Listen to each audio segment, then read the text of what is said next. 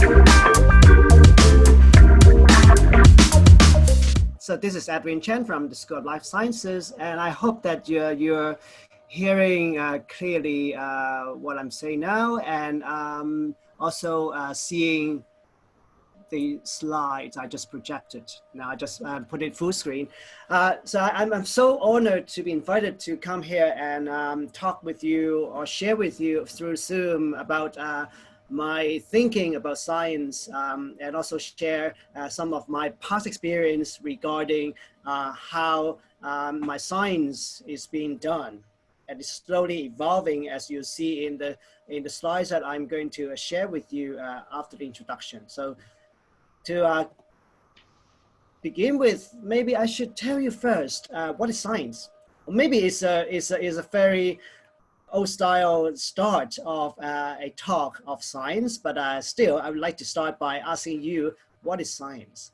You may have already tons of explanation, definitions pop up from your mind, but in me, science always means look for explanations for what is going on in the natural world.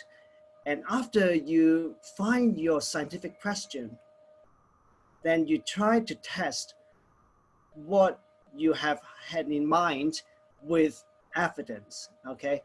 And that is science process, okay? You find something interesting, and then you find a way to explain it.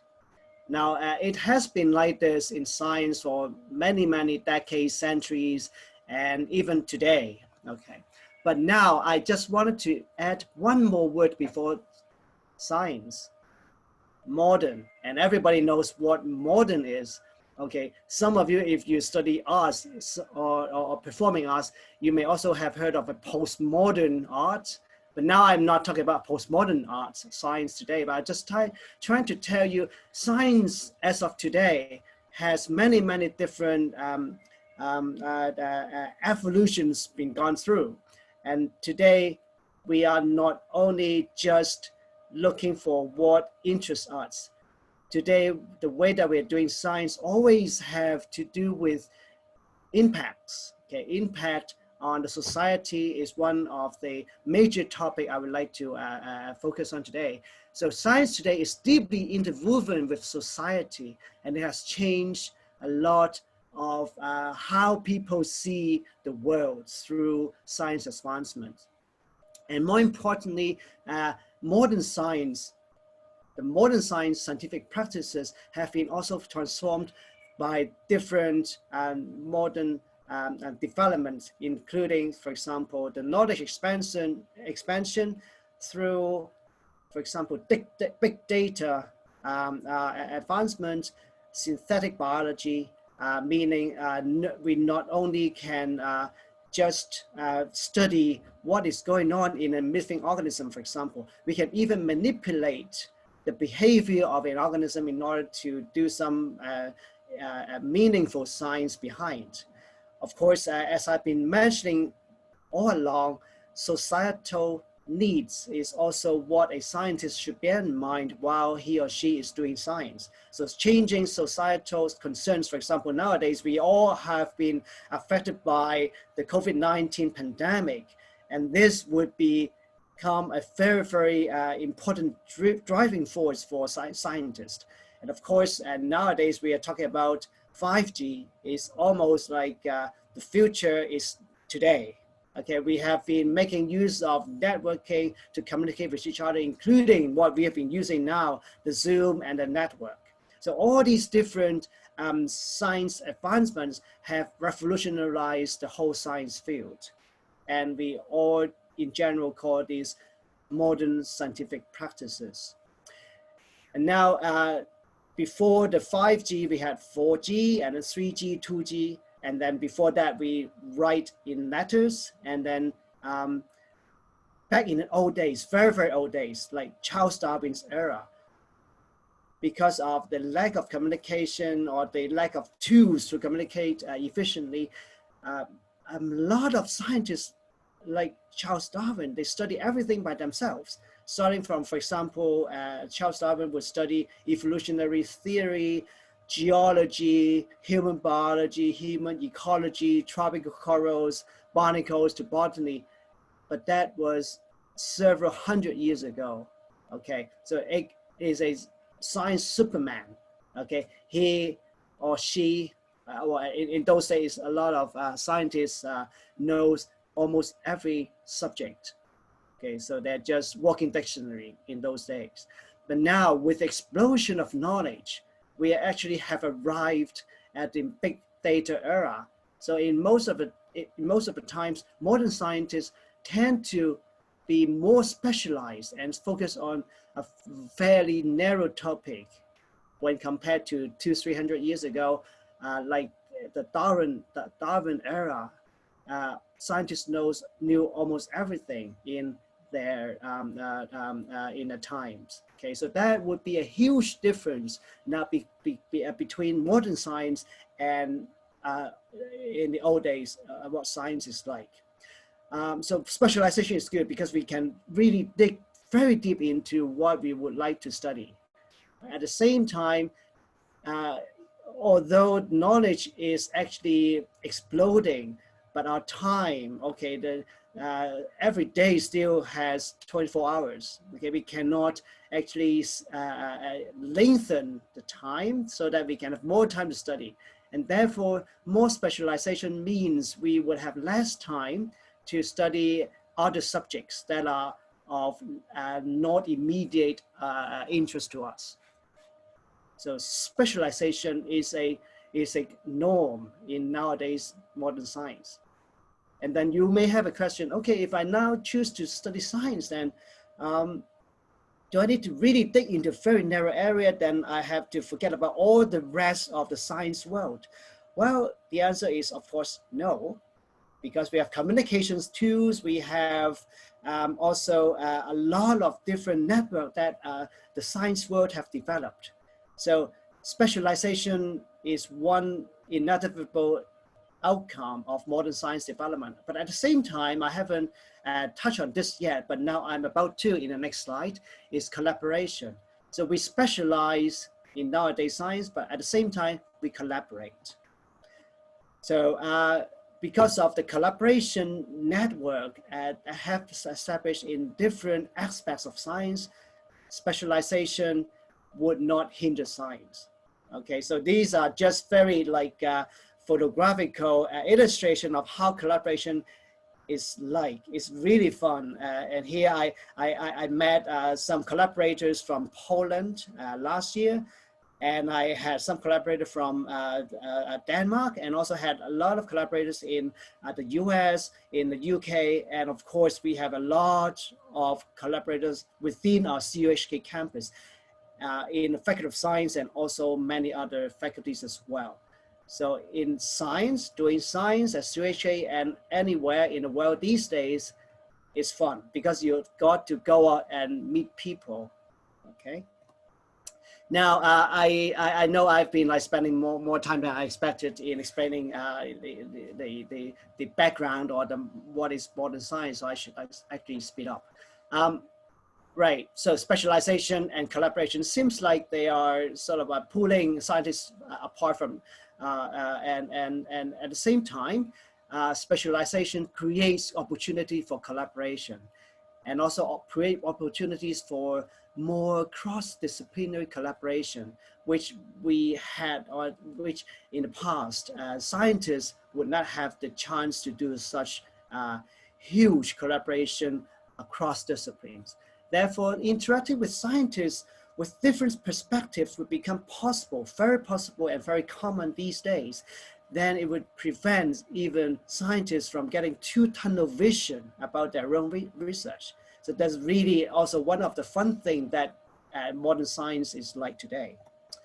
And I'm just trying to wrap up the introduction part by saying modern science is fun, and through specialization, you know very deep knowledge about your own special area of interest, but at the same time, you will have the chance to collaborate with people, scientists around you, which who will have a little bit different perspective in science.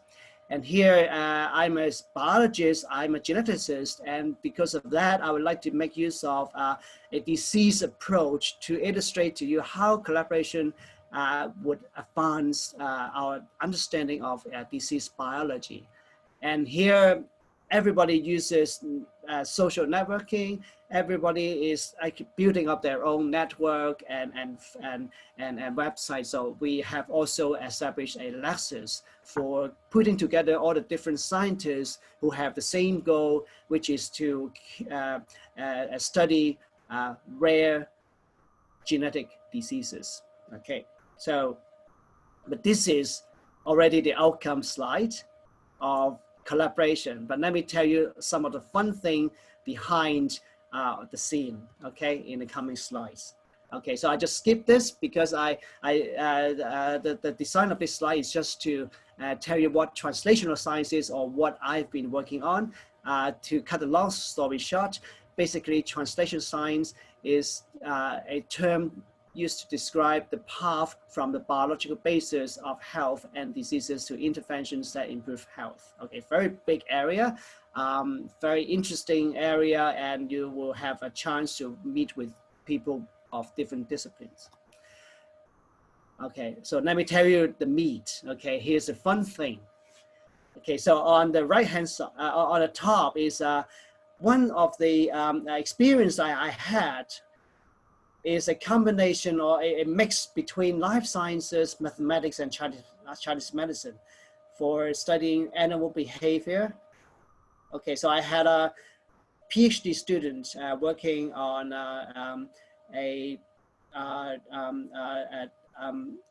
animal model for developing drugs. Okay, but the student doesn't have too much mathematical background.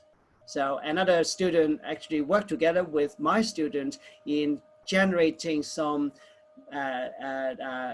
data analysis tool for analyzing the animal behavior. Okay, so let me quickly share another screen with you. And then you know what I mean. So everybody should know, as you see this. This is a simulation of a real situation, and then there are two temperature control panel here. Now one is set at 30 degrees Celsius, one is set at 25. And if I raise the temperature of the left panel to 37, then the video camera would record what a Drosophila animal would behave. And on the left-hand side is a 37-degree plate. On the right-hand side is a normal 25-degree plate. Speed up the trajectory for 10 times and also show the trials. And then you'll see, okay, maybe the network is not good. But anyway, to cut a long story short, the animal would only try to stay on the 25 degrees Celsius area, but avoid going too much over to the 37. So this is what the biology told us. Now, if I stop share this screen and then to show you again the PowerPoint, and this would be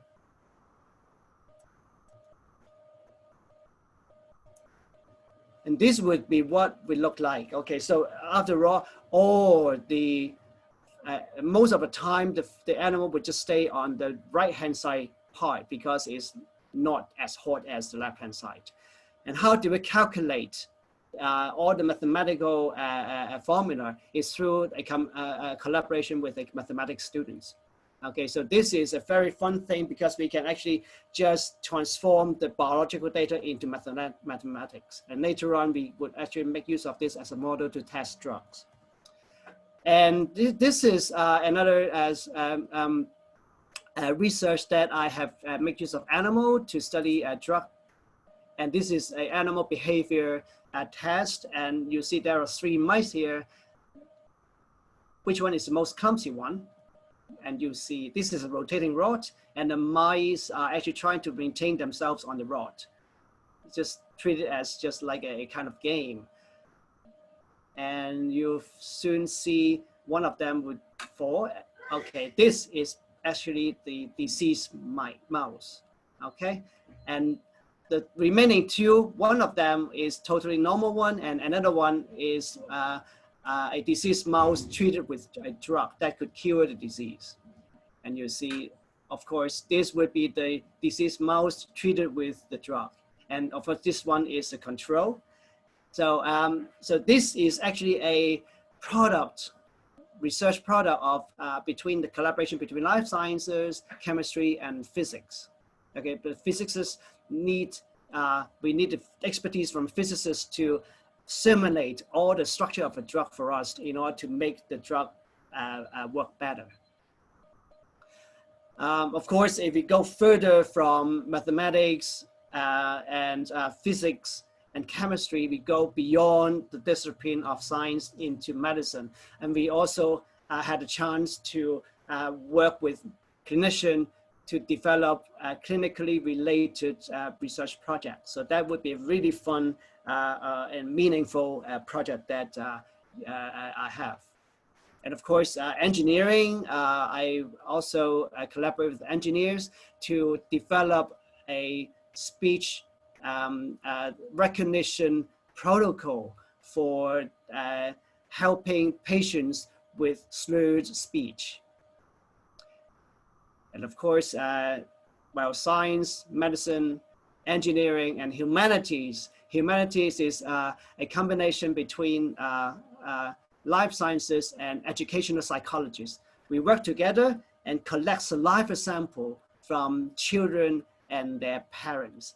And after collecting the saliva, we brought them back to the lab and measure the level of oxytocins in the saliva and try to correlate the child-parent relationship with the oxytocin biological responses. So that would be another type of research that you would be able to do if you study science. And also, I'll just cut a long story short, further than just doing experiments, collaborating with different disciplines, we also need to deal with sometimes lawyers, because some of the intellectual properties that we develop in the lab may need to be protected. And that's why we need to talk to the patent attorneys to protect the intellectual properties. And also all the science that we perform in the lab and all the collaboration have to go to the public, let them know that what we are doing in the university. So we actually communicate frequently with the community through newsletters, newspapers report, going to do talks, and also we go to the community, talk to high school students, go to radio show, and also to do other sort of public civic engagement activities. So you're very, very lucky that you're interested in CUHK, because CUHK has a very strong link in humanities, and also more recently, our university also developed this Sustainable Development Solution Networks at our university as the Hong Kong chapter.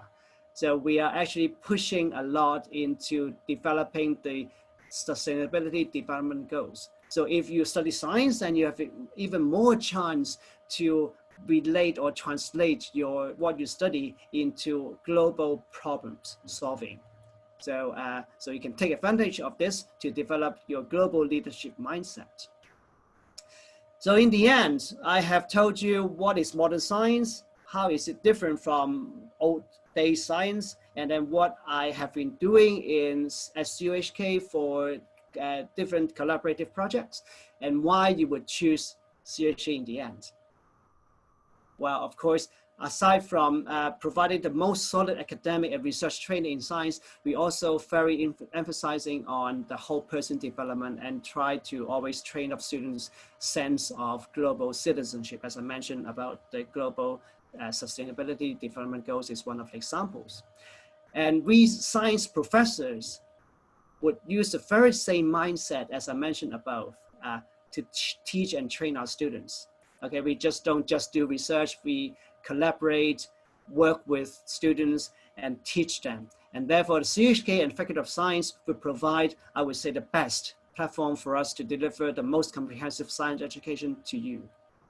including we have different sort of streams and programs that will allow the students to expose to different aspects of science and let them develop their talents even in their undergrad years. We also have student advising after lectures, and most importantly, as international students, you always have the chance to meet people, to show students from different parts of the world your own culture, and then to mingle with local students and learn about local culture as well. So I'm sure Dwani, who is here now, would share with you her experience as an international student at CUHK. So in the end, I hope that after listening to what I just told you, you should agree with me that CUHK Science would be your next stop. And I'll just stop here, and then I'll return the stage to Alison. Thank you very much. Thank you for your interesting sharing on the collaboration between the different science, different type of sciences, as well as to the rest of the community. Now, Professor Wong will share with us what is being offered at CUHK Faculty of Science. So Professor Wong, please. Thank you, Alison. So let me share my screen first. So, all right. So first of all, I would like to represent the Faculty of Science of Chinese U of Hong Kong to welcome all of you to join here. And so probably you may ask why we invited Professor Chen to speak on that, because he represents the very best product of our faculty. He graduated from here, so back to his time. So he can talk about his experience with us quite correctly. And now I would like to introduce the Faculty of Science at CUHK. And if you know that the Faculty of Science of CUHK is one of the most historical and historical faculty. So it has been established since 1963 together with the Chinese University of Hong Kong. And we have a lot of prestigious professors, including Nobel laureate, Professor Yang Zhenling, and also Fields Medalist Professor Yao. But on top of that, actually, we have a lot of very prestigious world prestigious professors, like some of them being the members of the Chinese Academy of Sciences, and also including, of course, Professor Edwin Chen as well. So what I mean here is that actually when you study at our Faculty of Science, you can have a many possible collaboration of all these world-leading professors. Okay, and then join their research lab, and then you can ask questions, and you can also enjoy whatever their intelligent mind and share the experience of them. And the Faculty of Science consists of more than 2,400 undergraduate students, together with 600 research postgraduate students, and also 400 top postgraduate students as well. And as you can see, there are many programs that can be offered by our Faculty of Science through 6 different units. So they are School of Life Sciences, which Professor Chen belonged to, and also Department of Chemistry, Department of Mathematics, Departments of Physics, Department of Statistics, and finally the Earth System Science program. And you can see the chart that would indicate the percentage and the distributions of undergraduate, postgraduate, and top postgraduate program students populations. So from these 6 different units, we are offering a total of 14 different kinds of undergraduate major programs. So how can we join it? So actually, you can do the following different tracks. The first way is that you can join our board-based science program. So now I highlighted in blue color. So you only need to join a single program, and then you will design what would be your specific major by the end of the first year or in second year. Or there's another way that you can apply some of the program directly, so color in green. So those program color in green can be applied directly through the international admission, and you can see the overlapping region actually, so like Earth System Sciences, Mathematics, and Physics, so you can enter those programs by entering into either one of the channels. So you can enter into those programs directly, or you can enter it in through the broad-based science program first, and then you declare the major at a later stage. So here is the overlapping region. Then if you get admitted to the broad-based science program, when and how a student can declare their major. So first of all, in the first stage, you can get a taste before you select any kinds of program. The most important thing is that there will be no quota. For instance, if all of you want to join life sciences, you're welcome. Okay, we don't set any quota. Even the 100% of you choosing life sciences, that would be fine with us. Of course, you're also welcome to join my department and Department of Statistics. So there is no quota at all. And therefore, the study scheme is rather more flexible. In particular, in the first year, you can choose any kinds of courses ranging from all these 14 disciplines, okay? But how about the real population of the student for choosing, of declaring the major? So now here is the statistics that I collected. So most of them will be declaring their major in their phase one. Phase one means that when they enter into their first year of study, they can declare their major immediately. So like if you come to the Chinese U in September, probably you can declare your major by October. So there will be 25% of you, of our students doing this. And the rest of them, a majority of them will be declaring their major by the end of their first year. So after they're experiencing all different kinds of courses offered by these 6 different units, so they can get a taste and they know, okay, which professor is the best one for research, which program best fit your talent and interest and ability. So the rest may be declaring their major by the end of second year for various different reasons, or some of them may need to join their military services, so they may not be able to do that at the right time. So they may defer it to the second year, or somebody would like to do a double major. So they want to take one more year in order to take more courses across different disciplines. So anyway, end up, every student can enter into their desired program by their own interest. There is no quota at all. And now, because you're the international students, so how can we select international students? So here would be the criteria. So first of all, we will look at the performance in public examination and high school grades. And then also we'll look at your personal statement and reference letters. If applicable, we will interview. Okay, so we will set our interview panel with 2 to 3 professors sitting there. By looking at your personal statement, we will select the most appropriate professor as an interviewer. And specifically what we're looking at, we'll look at your STEM background. That means science, technology, engineering, and mathematics background during your high school or before. Okay, like international competitions and any special talent activities, etc. Okay. And we also will look at the supporting documents, whatever that is very favorable to you. So we will look at everything, okay, in order to make a comprehensive decision on the mission. Then what kind of qualification that you need, actually, because students may come from many different places. So for the qualification, include the following, but not limited to like the GCE A levels, IB diploma, associate degree, high diploma, high school diploma plus SAT, AP, etc. Okay, from many different countries specifically.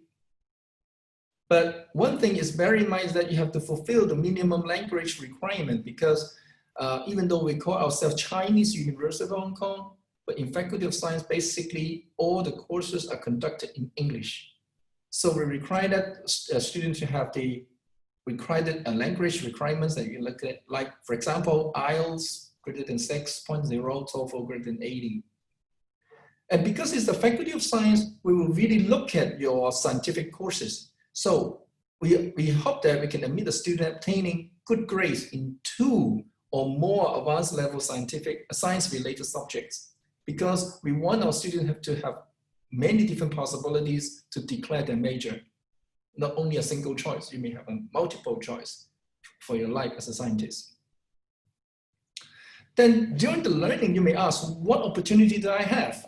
Now, basically, on top of the classroom learning, we have lots of exponential learning activities. So you look at the small circle is those the research opportunities, okay? The research opportunities like you can have a joint project with LIGO, so like from physics, so working on gravitational wave, okay? And also CERN, so the particle collisions, etc. And also you can have a middle circle, which constitutes a lot of different competitions. So students can join the competitions. So through the competition, actually our professor will train the students, okay, before they join any competition. So it's a very comprehensive training and to boost up the scientific mind and skill. The larger circle will be some of the exchange program that developed, the exchange or internship program developed in our faculty and corresponding units. So like we have the exchange program to the UC Berkeley, so we call it the BBSA program offered by the Life Science School. And then we have the DREAM program, and also you can have a Hong Kong Observatory Placement Program, so students can do the internship so in the Observatory of Hong Kong. So etc. So it's just, we just pick up several examples over here. So in short, it means that the exponential learning include competitions, internships, research opportunities in some of the professor's lab or internationally student exchange. Then student may ask, what is the probability that I get success to become a scientist? So here is some of the figures. So we have 30% of our students can go further study. Okay, that is to continue to study as a master or PhD, and most of them having the scholarship that will be sufficient to survive. And not everyone could become a scientist. Then the rest of them may join the commerce and industrial sector. And also some of them will become educators like high school teachers or even other types of teaching activities. And some of them will do social and other types of public organizations, government, and others, okay?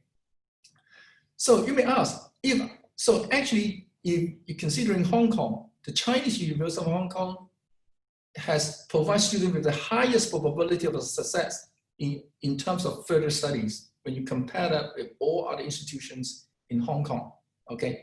I'm talking about a Faculty of Science. Then the question is, if I cannot be, I don't want to become a scientist, I want to work in the industry. So what kind of job that I can do? So I circle them in green and blue colors. The green color seems like it's very obviously related to science, okay? Or those different names.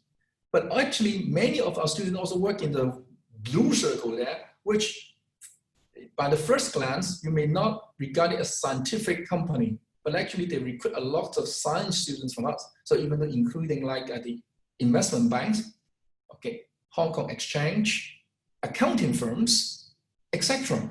So those you cannot believe. So they're really eager to hire our students locally and internationally. And we also understand that, of course, I want everybody to become a scientist, but we also want to find the best way for our students to find jobs. So every year, our faculty offer the Science Career Fair, teaching students how to find a job in a proper manner, and also invite firms locally and internationally coming to our faculty to do the recruitment process. And you can look at the booth. There are lots of booths over there. The student can go there and submit their CV and get an interview on site. And so there will be a very good experience to all of our students before they get into the job market. So I think I have to finish here. And then if you have the further questions concerning Faculty of Science, you're welcome to asking us questions here, or you can send us email or call us by phone, whatever method. So you can visit our website as well. Okay, thank you very much.